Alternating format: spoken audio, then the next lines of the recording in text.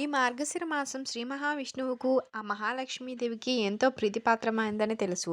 ఈ మార్గశిర మాసంలో లక్ష్మీదేవిని ప్రత్యేకంగా పూజించినట్లయితే విశేష ఫలితాలు కలుగుతాయి. చాలామంది కూడా గురువార వ్రతాలు కూడా చేస్తూ ఉంటారు. ఈ మార్గశిర మాసంలో ఆ లక్ష్మీదేవికి పూజ కనుక చేసినట్లయితే అష్టైశ్వర్యాలు కలుగుతాయి. అప్పుల సమస్యలనేవి తొలగిపోతాయనే చెప్పాలి. ఈ దీపం వెలిగించిన మనకి సమస్యలన్నీ తొలగిపోతాయని చెప్పాలి. సకల సంపదలు కలుగుతాయి. ఈ ఐశ్వర్య దీపం ఏమిటి? ఐశ్వర్య దీపాన్ని ఏ సమయంలో వెలిగించాలి? ఐశ్వర్య దీపాన్ని ఎలా తయారు చేయాలి? దాని నియమాలు ఏంటి? అన్న వివరాలు పూర్తిగా తెలుసుకుందాం.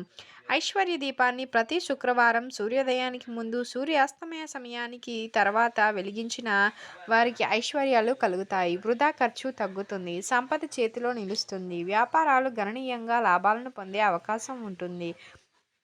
అరకొర జీతాలతో ఇబ్బంది పడుతున్నవారు, అప్పుల పాలై బాధపడుతున్నవారు ఐశ్వర్య దీపాన్ని వెలిగిస్తే వారికి ఆర్థిక ప్రగతి కలుగుతుంది. ఇక ఐశ్వర్యాన్ని అందించే ఐశ్వర్య దీపాన్ని ఎలా పెట్టాలి అంటే, ప్రతి శుక్రవారం ఉదయం కానీ, సాయంత్రం కానీ 2 పెద్ద ప్రమిదలు తీసుకొని వాటికి పసుపు, కుంకుమ రాయాలి. బియ్యపిండి, పసుపు, కుంకుమతో ముగ్గు వేసి, ఆ ముగ్గులో ఒకదానిపై ఒకటిగా పెట్టి ఒక పావు కిలో రాళ్ల ఉప్పు వేసి, ఆ రాళ్ల ఉప్పు పైన పసుపు, కుంకుమ చల్లాలి.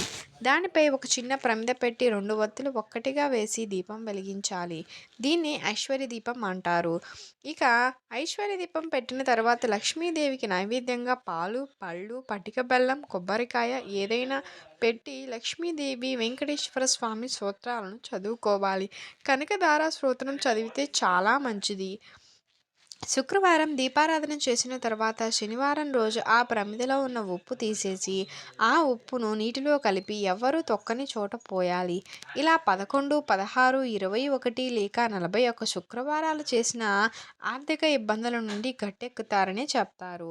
ఐశ్వర్య దీపంలో ఆర్థిక సమస్యల నుండి కొంతమేర ఉపశమనం తప్పక లభిస్తుంది కనుక, ఊహించని ఆర్థిక ఇబ్బందుల నుండి బాధపడుతున్న వారు కంపల్సరీగా ఈ ఐశ్వర్య దీపం వెలిగిస్తే విశేష ఫలితం కలుగుతుంది. మంచి జరుగుతుందని చెప్పాలి.